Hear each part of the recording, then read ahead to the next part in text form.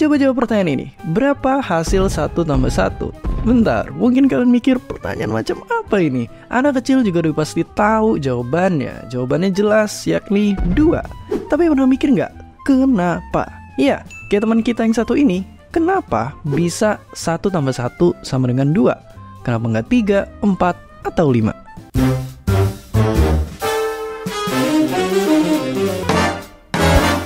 Oke, sebelumnya coba kalian buktiin kalau 1 tambah 1 jawabannya ada 2. Dan jawabannya nggak boleh udah dari sananya.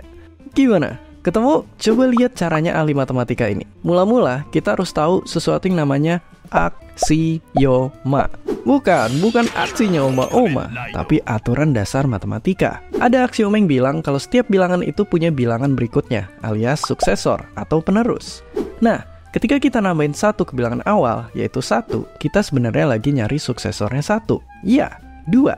Oke, kita udah tahu cara ngebuktiin kenapa 1 tambah 1 bisa sama dengan 2. Tapi ternyata ada ahli matematika zaman dulu yang bikin buku ratusan halaman buat ngebuktiin ini doang. Gimana ceritanya?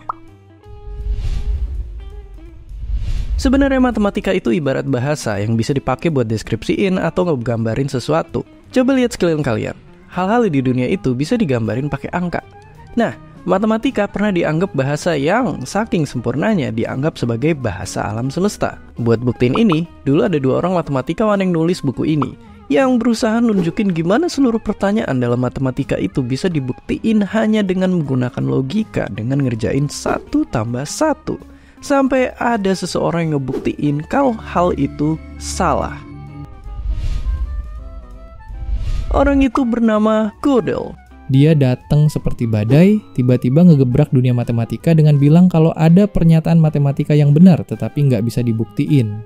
Oke, bayangin gini. Coba kita ubah seluruh simbol operasi, angka, dan pernyataan dalam matematika jadi angka.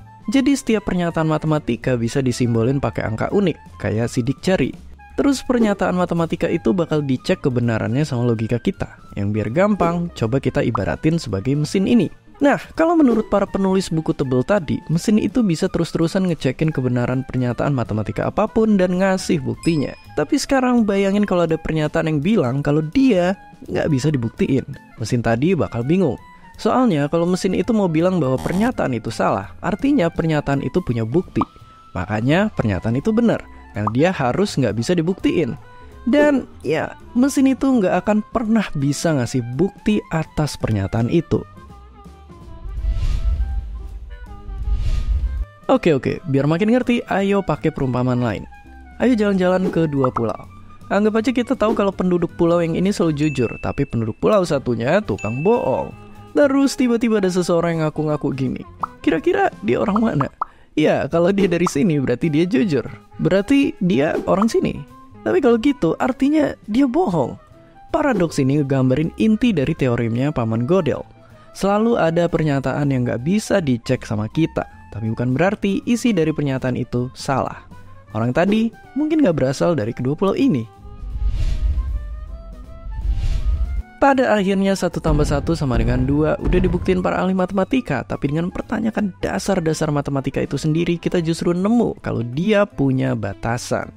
Ya, matematika adalah sistem yang gak lengkap, bahasa yang gak sempurna. Tapi dengan ketidaksempurnaannya, matematika masih jadi alat yang sangat berguna buat memaknai alam semesta. Dan seperti biasa, terima kasih.